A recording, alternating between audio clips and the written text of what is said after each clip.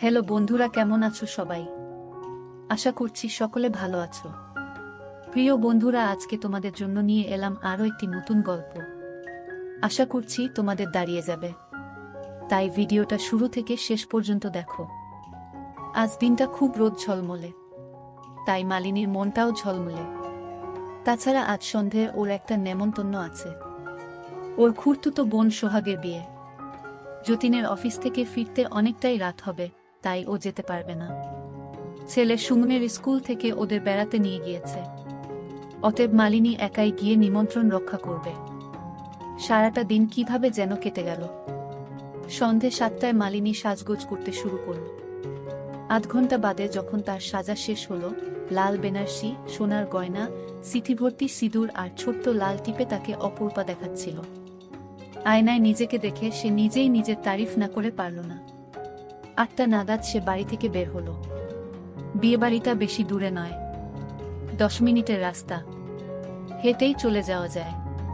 তবুও মালিনী একটা রিক্সা নিয়ে নিল, কিন্তু রিক্সাওয়ালা বেশি ভাড়া চেয়ে বসল। রিক্সাওয়ালা ছেলেটাকে মালিনী চেনে না, মনে হয় এই এলাকায় নতুন রিক্সা চালাতে নেমেছে, তাই ভাড়া ঠিকঠাক জানে না। মালিনী, এখান থেকে তো মধুকুঞ্জ মোটে 15 টাকা ভাড়া, তুমি 25 চাইলেই হবে। রিক্সাওয়ালা, না, 25 টাকাই ভাড়া আছে বৌদি, আপনি জানেন না। মালিনী কি করবে বুঝে উঠতে পারল না।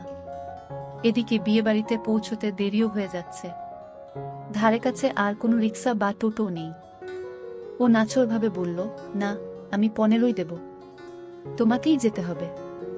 রিক্সাওয়ালা ছেলেটি কিছুক্ষণ ধরে এক দৃষ্টে মালিনীর মুখের দিকে চেয়ে রইল। তারপর হঠাৎ মালিনীর মুখের কাছে মুখ এনে নিচু গলায় বলে উঠল, একটা শর্তে, শর্তটা মেনে নিলে কোনো ভাড়াই লাগবে না, খালি একটু টাইম লাগবে, এইমাত্র 2-4 মিনিট। মালিনী সুযোগটা লুফে নিল।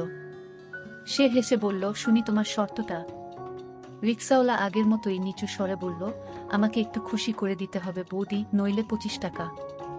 এবার মালিনী চমকে উঠল, খুশি করে দিতে হবে মানে, কি বলতে চাইছো তুমি? রিক্সাওয়ালা, আপনার সাথে একটু এনজয় করতে দিতে হবে। মালিনীর স্বামীর শারীরিক দুর্বলতা থাকার জন্য সে সবসময় এই কাজে তৈরি থাকে। মালিনী বলল, সে না হয় আমি রাজি হলাম, কিন্তু এখন এই ভরা রাস্তায় কাজটা সারবে কেমন করে? রিক্সাওয়ালা আঙ্গুল তুলে একটু দূরে একটা অন্ধকারে ঢাকা পাঁচিলের আড়াল নির্দেশ করে বলল, ওইখানটায় চলুন বৌদি, কেউ আমাদের নজর করবে না। মালিনী ইতস্তত করতে লাগলো। তার মনে হতে লাগলো, যদি বাই চান্স কেউ দেখে ফেলে। মালিনীর মৃদু আপত্তি দেখে রিক্সাওয়ালা ছেলেটি বলল, আচ্ছা, তাহলে কয়েক পা হেঁটে একটু দূরের একটা পরিত্যক্ত পাবলিক টয়লেটে যেতে হবে। ওখানে দরজা লাগিয়ে আমরা কর্ম সেরে নেব। কি, এবারে রাজি? মালিনী ভেবে দেখল, এখন হেঁটে আবার একটু দূরে যেতে হলে যেতে ফিরতে বেশ কিছুটা সময় নষ্ট হবে। ঘড়িতে টাইম দেখল, 8:10। 8:30টার মধ্যে বিয়েবাড়ি পৌঁছতেই হবে। তাই আর কিছু না ভেবে ও অন্ধকার পাঁচিলের দিকেই এগিয়ে গেল।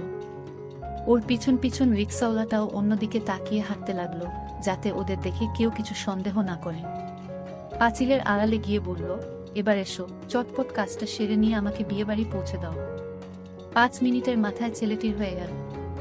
কিন্তু মালিনীর পোষাল না, অথচ তার হাতে এখন আর সময়ও নেই। তাই অতৃপ্ত মনেই এগিয়ে চলল।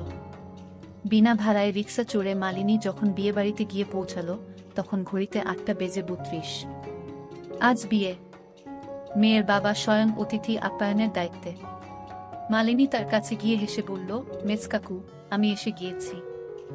সোহাগের বাবা শ্রীমন্তবাবু বললেন, বাহ, ভেতরে চলো। তা যতীন এলো না? আর সোনু? সুমের ডাকনাম সোনু। মালিনী শাড়ির আঁচল সামলাতে সামলাতে বলল, না মেজ কাকু, যতীনের তো অফিস থেকে ফিরতে রাত 11:30-12টা হয়ে যায়। কাজের যা চাপ, আর সোনুদের তো স্কুল থেকে পিকনিকে নিয়ে গিয়েছে, তাই ওরা দুজন আসতে পারল না গো। শ্রীমন্তবাবু বললেন, তা যাগ্গে, বিয়ে তো একটু আগেই শুরু হলো, তুই ওখানে যা, সবাই আছে। মালিনী সঙ্গে আনা গিফটটা শ্রীমন্তবাবুর হাতে ধরিয়ে দিল। তারপর ধীর পায়ে বিয়ের মণ্ডপের দিকে এগোল। এক্সকিউজ মি, অচেনা পুরুষ কণ্ঠ ভেসে এলো পিছন থেকে। মালিনী থমকে গিয়ে ঘুরে তাকালো। একজন অচেনা যুবক, বেশ ব্রাইট, পরনে নীল শার্ট আর জিন্স। চোখে হাই পাওয়ারের চশমা, চুল ব্যাক ব্রাশ। আমাকে বলছেন? মালিনী জিজ্ঞাসা চোখে তাকায়। যুবক হেসে বলল, আপনি নিখিলদার ওয়াইফ না? নিখিলদা আসেনি? আর টুকলু, সে কই? মালিনী প্রথমটায় হকচকিয়ে গেল, তারপর সামলে নিয়ে বলল, মনে হয় আপনার কোথাও একটা ভুল হচ্ছে। নিখিল নামে আমি কাউকে চিনি না, আর আপনাকেও তো ঠিক চিনলাম না। যুবকটি এবার অপ্রস্তুত হয়ে বলল, আরে আমি প্রিন্স, মানে প্রীতম গাঙ্গুলি। আপনি সত্যিই নিখিলদার বউ নন? মালিনী হেসে বলল, না, আমি মালিনী। আমার হাজব্যান্ডের নাম যতীন্দ্রনাথ। আমি সম্পর্কের সোহাগের দিদি হই। নিজের দিদি নয় অবশ্য, জ্যাঠতুতো। আর নিখিলবাবু বা আপনাকে, কাউকেই তো আমি ঠিক চিনতে পারছি না। তাই বলছি, আপনার নিশ্চয়ই কোথাও ভুল হচ্ছে। প্রিন্স থতমত খেয়ে বলল, ও তাহলে আই অ্যাম সরি, আমারই কোথাও ভুল হয়েছে। মালিনী আত্মমনে হেসে আবার এগোতে লাগলো। বিয়ে পর্বের সঙ্গে সঙ্গে চলতে লাগলো পেট পুজো পর্ব। 9:30 নাগাদ মালিনীও খাওয়ার পাট মিটিয়ে নিল। তারপর সে ফেরার তোড়জোড় শুরু করল। কিন্তু বাদ সাধলেন সোহাগের মা মাধবী আন্টি। তিনি বললেন, মালিনী, তোকে আজ আর বাড়ি যেতে হবে না। তুই আজ রাত্রিটা বরং এখানেই থেকে যা, কাল সকালে বাড়ি যাবি। মালিনী প্রথমে রাজি হয়নি, তারপর অনেক জোরাজুরির পর বাধ্য হয়ে সে থেকে যেতে রাজি হল। মালিনীর সঙ্গে শোবে সোহাগের বোন সম্পূর্ণ, এটাই ঠিক হলো। অনেক হৈহুল্লোড়ের পর রাত প্রায় 12:30 নাগাদ সবাই শুতে গেল। মালিনী ওর বেনারসিটা পরেই শুয়ে পড়ল। সম্পূর্ণও ঘরের আলো নিভিয়ে দিয়ে সে মালিনীর পাশে শুয়ে পড়ল। কিছুক্ষণ গল্পগাছা করার পর ওরা দুজনেই গভীর ঘুমে তলিয়ে গেল। মাঝরাতে হঠাৎ মালিনীর ঘুম ভেঙে গেল। ও সম্পূর্ণার দিকে পাশ ফিরে শুয়েছিল।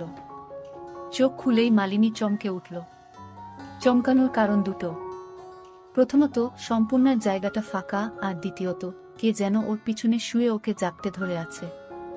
লোকটার গরম নিঃশ্বাস মালিনীর ঘাড়পিঠ ছুঁয়ে যাচ্ছে, আর সেই নিঃশ্বাসে করা বন্ধ মালিনীর ধাতস্থ হতে খানিকটা সময় লাগল। তারপর ও অন্ধকারের মধ্যেই দ্রুত ঘাড় ঘুরিয়ে ওর পিছনের কীর্তিমানটিকে দেখার চেষ্টা করল। খোলা জানালা দিয়ে রাস্তার লাইটের মৃদু হলদে আলো লোকটার মুখে এসে পড়েছে। মালিনী এবার নিশ্চিন্ত গলায় কিন্তু মৃদু ধমকের সুরে বলল, মেজ কাকু, তুমি আবার এত রাতে মদ খেয়েছ? তোমায় কতদিন বারণ করেছি না মদ খেতে? শ্রীমন্তবাবু জড়ানো গলায় বললেন, আরে শাল্লা, আমি তো এখন মদ খাওয়া প্রায় ছেড়েই দিয়েছি। সপ্তাহে একটা দিন খাই রে। আর আজকে শালা আমার মেয়ের বিয়ে হলো, আজ একটু না খেলে ঠিক জমে নাকি? আর তারপর তোর মতো একটা সুন্দরী ভাইজি থাকতে আজকে রাতে কি এনজয় না করে থাকা যায় বল? জানিসই তো, বিছানায় তোর মাধবী কাকিমা আমায় আর সেই আগের মতো সুখ দিতে পারে না। শোয় আর 2 মিনিটের মধ্যে ঘুমিয়ে যায়। আদর করতে গেলে উল্টে বিরক্ত হয়ে বলে, দুটো বুড়ি মেয়ের বাপ হয়ে গেলে এখনো তোমার রস যায়নি নাকি? চুপচাপ শুয়ে ঘুমিয়ে পড়ো মালিনী, প্লিজ আজকেও আমায় একটু এনজয় করতে দে। আমার তো ঠিক 5 থেকে 10 মিনিটের মধ্যেই হয়ে যায়, অতএব বেশিক্ষণ টাইম লাগবে না। এর আগেও একদিন শ্রীমন্তবাবু ফাঁকা বাড়িতে মালিনীর সাথে এসব কাজ করেছিলেন, আর সেই দিন থেকেই তিনি মালিনীর ভক্ত হয়ে গিয়েছেন। আজ রাতে তিনি আবার ধান্দা করছেন।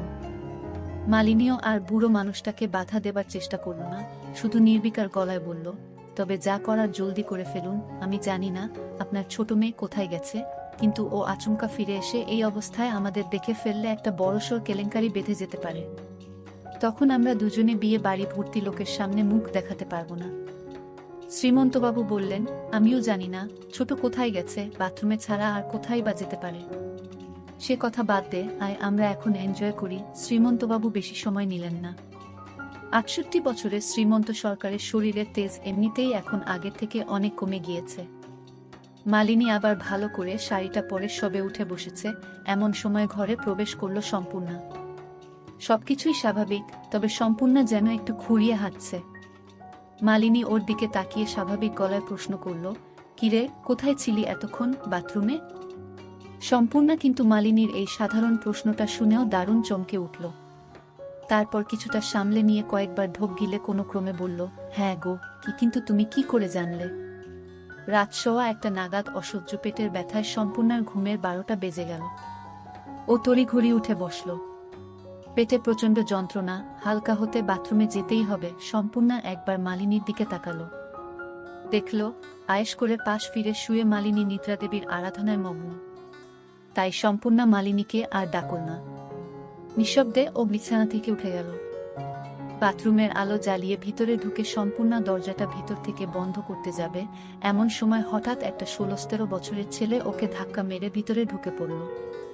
তারপর নিজেই দরজাটা বন্ধ করে ভিতর থেকে ছিটকিনি লাগিয়ে দিল। ধাক্কাটা সামলাতে একটু সময় লাগলো সম্পূর্ণার। কিন্তু আবার ধাক্কা, এ কাকে দেখছে ও? এ তো তোজো সম্পূর্ণার মাসতুতো ভাই। সম্পূর্ণা হালকা আন্দাজ করতে পারল যে ছেলের মতলবটা কি।